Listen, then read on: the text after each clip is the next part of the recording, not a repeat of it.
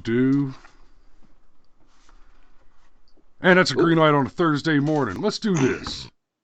When this guy so much sack, he protect, he attack. This man no more homoerotic rocket ranches. Got it? Got it. Oh, jeez.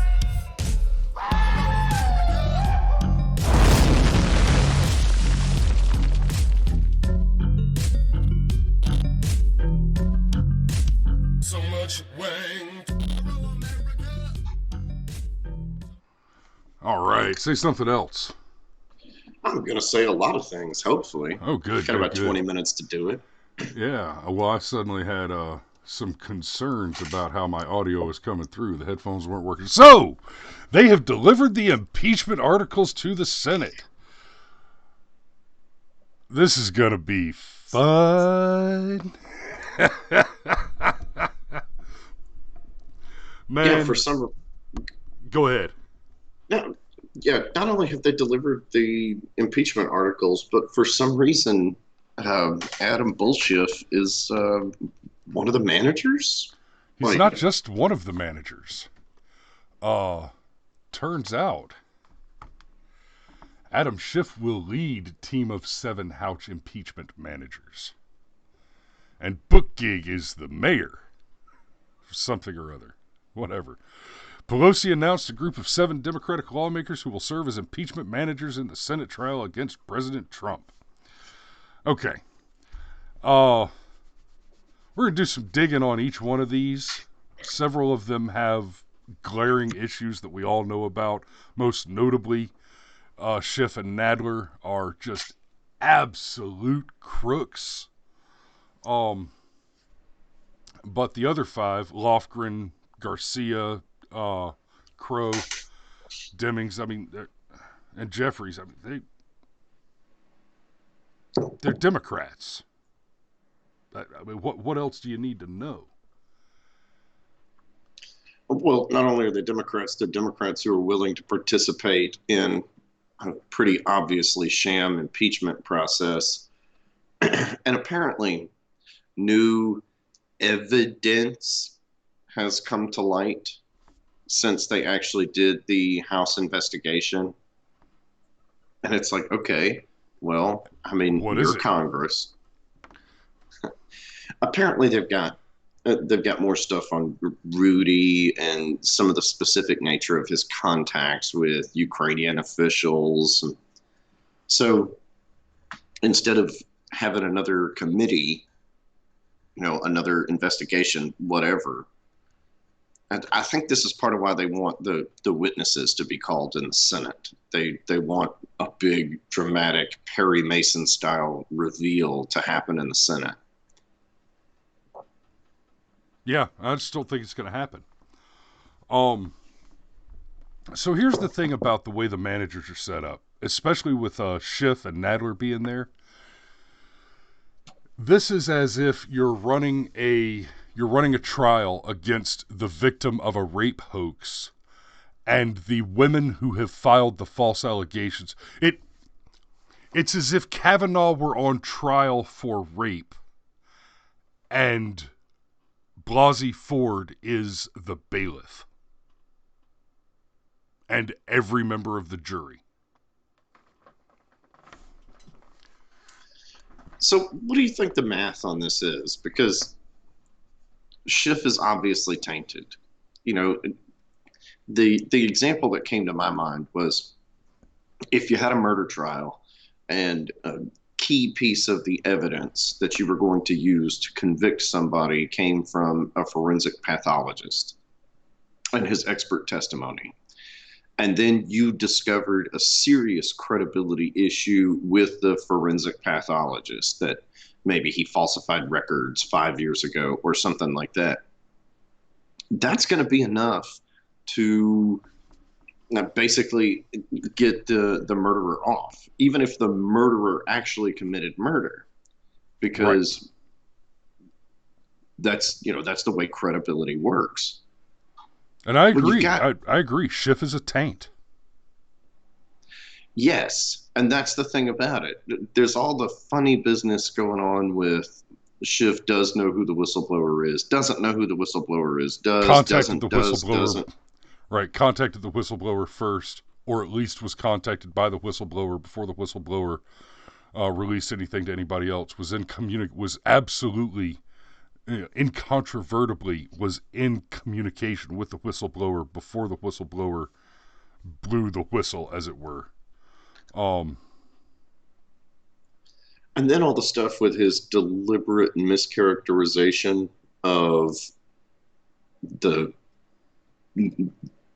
what was actually said in the transcript, like when he went out and he had the press conference and he saw, oh, and then 7 more times the president said, I need you to do me a favor. I need you to do me a favor.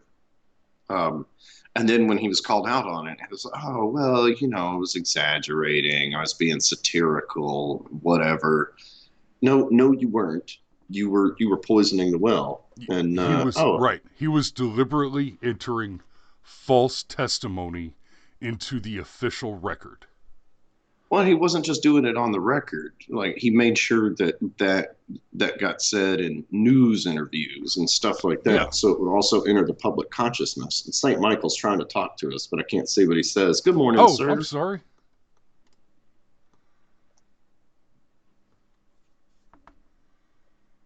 Oh, well, glad brother, you could catch us. You know what? I'm gonna pull it up right now. We got busy with a brilliant new client just recently, and I kind of let a few things fall off the back burner. Yeah, but it's all about shooting awesome guns, and I feel like a guy like you can understand and forgive that. And they are awesome guns, and we did get to shoot them. So awesome. And film shooting them. Anyhow, but what's the math? Why have Adam Schiff be part of this process when it's such an obvious point of weakness? If I'm a Republican senator, let's say I'm Ted Cruz, and I'm arguably the best debater on Capitol Hill. Oh, give me 5 minutes with Adam Schiff, please. Please. Yeah. So why do that?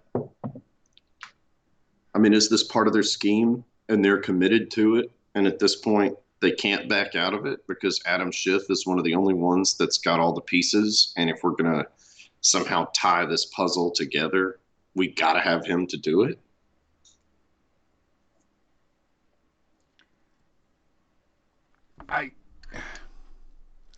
I don't know. That math just doesn't work.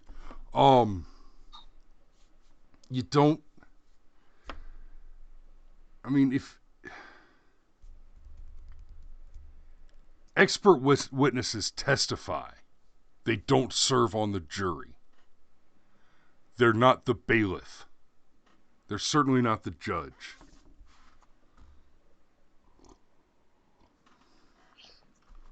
No, I have not seen that image. St. Michael asked, did you guys see the image of Schiff and his son where his son is wearing a Mossad t-shirt?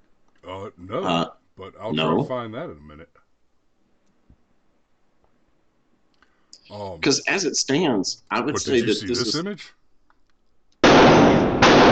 Jade, get right there. Try to get his face. Wow, that was unrelated, but that is our boy Cameron. We don't get stupid. Yeah, that's better than the Mossad t-shirt. Yeah, I want one of those guns. That was nice. So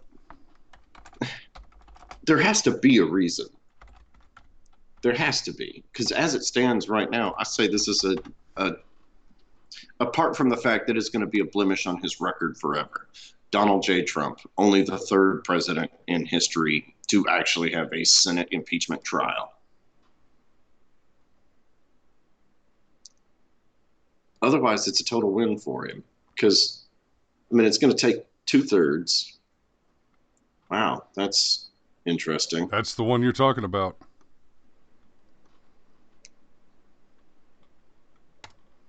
Huh. Anyhow, completely unrelated to this morning's topic as well, or maybe not. Who knows? Because as it stands, not only does Donald Trump win this fight, because 2/3 of the Senate voting to convict, I don't think so. They want to get reelected. Right. It's also up to the president's poll numbers by a couple of ticks. And after the joke of a debate that was so boring, I fell asleep halfway through. Donald Trump wins in 2020. Yep. Donald Trump wins this November. I almost wonder if there's a bomb that's going to drop that we just don't know about yet.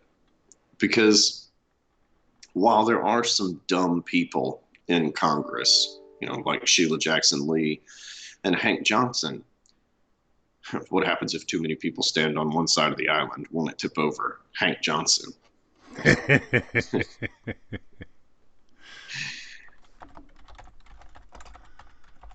But by and large, he keeps getting reelected. Guys, okay, I'm gonna just, you mentioned Hank Johnson. I live in his district, and I'm ashamed that he keeps getting reelected here. Not that I haven't tried. Not that we're not fighting that good fight, but Jesus Christ. Maybe somebody should run against him, and their entire media campaign is just showing clips of him asking the question about what happens if Guam tips over. Oh, honestly, he said maybe not dumber stuff than that, but more alarming stuff than that. Anyway. Okay, we've kind of lived on left field today. Yeah, we've managed to meander. So St. Michael makes an interesting point in the comments that it's almost like the Dems are intentionally trying to lose. And I can't say I disagree with that. But even that is a big why.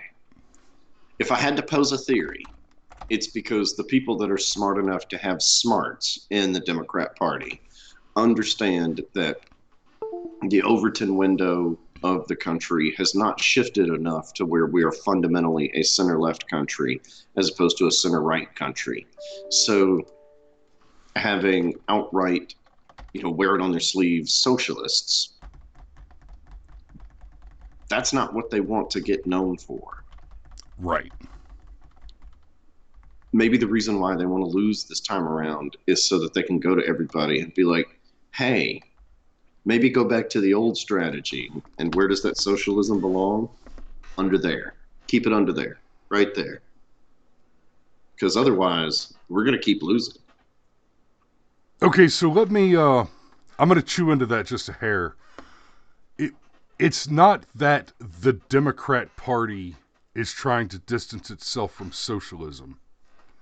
It is more correct to say that the Democrat Party has been completely split in half on the question of socialism. Because they're all a bunch of commies. But some of them are nouveau globalist commies. And some of them are nouveau riche, nostalgic traditionalist commies. Right, like AOC. AOC is nouveau riche, classic nostalgic communist. She suddenly has more money than she knows what to do with, and somehow believes that makes her an authority on politics and economics, and that authority should be used to make everyone equally poor. They would rather see everyone suffer and die than see anyone be happy alone. But essentially, it's caused this rift. So I think Tim Pool's got this one nails on the head. There is no longer an actual Democrat Party. There is the DNC, and there is the Squad and their devotees.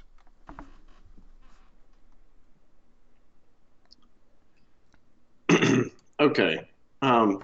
St. Michael says all the Dems needed to do to win was run a moderate, but they didn't do it. There's enough hate for Trump that a moderate Dem would have beat him.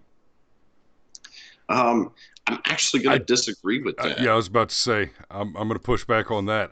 I don't think the Dems ever had a chance. Trump is not technically classically a wartime president, but he is technically a wartime president, and he is a wartime president by that technicality who has successfully de-escalated the nature of conflict in which we are involved. While Obama did not start all the conflict going on in the Middle East, he initiated all of the relevant expansion to that conflict and escalation of that conflict. So a great deal of that lay squarely on his shoulders, especially with the increase and the escalation and the expansion of the surveillance state and the use of drones for illicit targeting of U.S. citizens. He needed to die, but that wasn't the way to kill him. But anyway, Donald Trump is a wartime president with a positive economy. A hell of a positive economy. The history's lowest ever unemployment rates. He has, and he's selling American rice to China, for God's sake. The Donald, I think, was just about unstoppable without all this puppet show that's going to make it roll. Yes, and then you have I will agree with St. Michael on this one. If I had to choose between any of the 2020 Dems, I would totally do Tulsi. Yeah. Oh, yeah. Tulsi in a skirt, baby. That's all that needed to happen there. But no, not only does he have the economy, he's also got the general incumbent advantage. And I would argue that the people that hate Trump now are the exact same set of people that hated Trump in 2020. I think there is an undercurrent of support for Trump that has grown that isn't necessarily reflected in polling data. I've talked before about how I was very reluctant toward Trump. I mean, here's a guy that has basically been a Democrat my entire life, and now all of a sudden wants to be a Republican president. And I was suspicious of this. But over the course of his presidency, while he has not been a true conservative, as it were, he has more often than not governed as a conservative. And if we got the exact same presidency out of a Rand Paul or a Ted Cruz, everybody on our side of the aisle would be saying, this is what happens when you vote for a conservative. This is why we vote for conservatives. Look at the stability in our foreign policy. Look at the decisiveness in our foreign policy. Look at the exponential growth in our economy and all of these sorts of things. And I think Donald Trump's support has actually ticked up just a bit. Maybe he has lost a few people here and there. All presidents do. It's a pretty universal. But it's going to come down to, do you really want to pull the plug on this economy? Do you really want to pull the plug on the fact that we've actually de-escalated tensions, that we managed to actually start something substantive with North Korea, that instead of having some major ground engagement, we caught Soleimani in Baghdad and just popped him right there. And then when Iran beat their chest and rattled their sword, we ignored it and just let them do it instead of being drawn into a conflict. I mean, something dramatic would have to happen between here and the election for Donald Trump to not get reelected. Yeah, and I don't see it. But I think we're coming up on 20 minutes. That's our day. At least that's all I got. Yeah. Um, I think we're gonna have a lot more to say about this. And I think it's gonna be quite the ride. I think we have lulls galore inbound. Oh God, Saint Michael just has to get read out real quick. He says I like Tulsi Gabbard if I had to pick any of the 2020 Dems, and I'm just going to skip down to she's pretty hot, puts Palin to shame. And Sarah Palin was pretty hot too. That's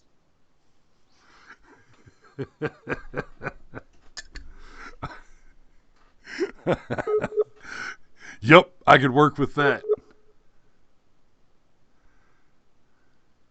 All right, well, yeah, that's all I got left. So we will see y'all tomorrow morning. Be safe out there.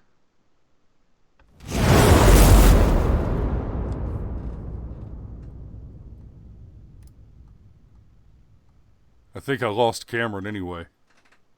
Yep. Yeah, I lost Cameron.